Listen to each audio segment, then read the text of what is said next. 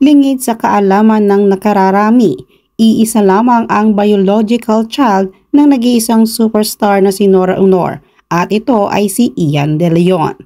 Bakit nga ba dumami ang mga adopted child ni Miss Nora Aunor? Hindi man nanggaling sa kanyang sinapupunan, itinuring talagang tunay na mga anak ni superstar Nora Aunor ang kanyang mga adopted children. Abot langit nga ang pasasalamat ng magkakapatid na Lotlot, Matet, Kiko at Kenneth De Leon kay Ate Guy sa pag-aalaga at pagpapalaki sa kanila ng maayos kahit nga hindi sila mga tunay na anak nito. Si Ian De Leon lamang ang biological child ni Ate Guy kay Christopher De Leon. Ayon sa magkakapatid, pantay-pantay ang pagmamahal sa kanila ni Nora at kahit kailan ay never nilang naramdaman na sila'y ampon. Sa naging interview nga ng kapuso mo Jessica Soho noong nagdaang linggo, April 20 sa Heritage Park, Taguig City, kung saan naroon ang mga labi ng National Artist for Film and Broadcast Arts, hinangaan ni Lotlot ng reaksyon tungkol sa mga naging pahayag noon ni Ate Guy tungkol sa kanilang magkakapatid. Nagpaliwanag ang superstar kung bakit marami siyang adoptive children. Dinadala po sila sa bahay, yung mga tao, lalong-lalo na yung mga bata na dinadala sa iyo, magigilty ka kung hindi mo tatanggapin.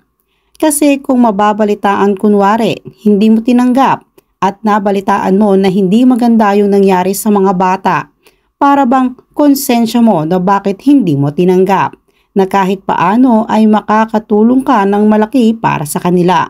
Yan umano ang mga inilahad ng iconic actress at singer na si Ate Guy. Reaksyon nga dito ni Matet sa mga mahilig na tumawag sa amin ng ampon. Say naman ni Lotlot, ampon ba tayo? Hindi naman na, si Ian ang ampon. Pagpapatuloy pa na paliwanag ni Matet, ayaw na ayaw po niya na sinasabihan kaming ampon.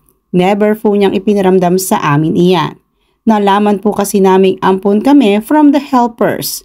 12 years old po ako noon.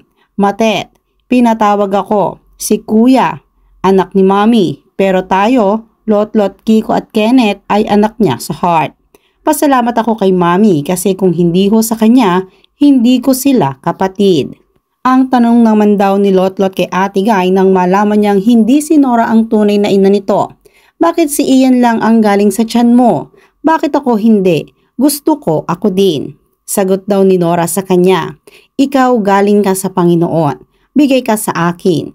Si Ian, siya lang yung pinagbuntis ko. Sabi naman ni Ian, ako naman nasaktan, bakit hindi tayo pare-pareho? Kasi love na love ko ate ko, talagang siya yung laging kadikit ko. So kinimkim ko yon. Pero parang there was parang lingering feeling na I'm very thankful na naging ate ko siya. Matet came along, Kiko and Kenneth. Dumarami kami. May mga kalaro na ako. May nabu na ako. May napagtitripan na ako. Biro pa ni Ian. Pero hindi. Sobrang thankful ako kay God na naging part ako ng mga buhay nila through our mom. Yan ang sabi ng aktor. Ito naman ang mensahe ni Ian sa pinakamamahal na ina. Ma, till we meet again. I love you and always remember this is not lost for everyone but a gain in heaven. Marami nga ang nakikisimpatya ngayon sa pagluluksa ng buong pamilya na naulila na nag-iisang iconic at superstar na si Miss Nora Aunor.